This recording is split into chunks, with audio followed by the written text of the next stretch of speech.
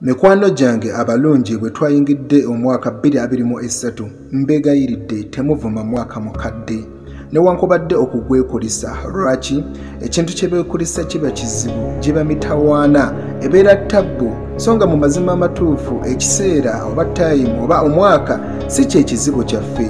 ekyandibadde ekituufu kwe kwebaza Mukama Katonda oyo atuyisizzamu ogwo omwaka omukadde nga tukyalimu abo abalamu n'atusanzaawo guno ebizibu ne challenges ez'enjawulo z'olabiddemu ogwo omwaka osobola okuzinyumyako mu guno olw'ensonga nti w'oli okyali mulamu so bw'ovuma omwaka obeera ovumye Mukama Katonda lwaki nti kiri mu buyinza bwe okubeera nti azibya obudde n'okubukeesa n'ebyo ebigezo by'abageredde wakati w'ebiseera ebyo ebibiri ekyo kyeyawulidde gy'ali so gwe nga omuntu n'ebizibu by'ofuniddemu eyo enteekateeka si yiyo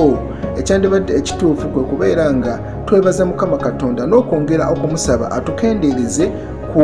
challenges ez'enjawulo ze tufuna mu bulamu tetuvuma mwaka wabula twebaza Mukama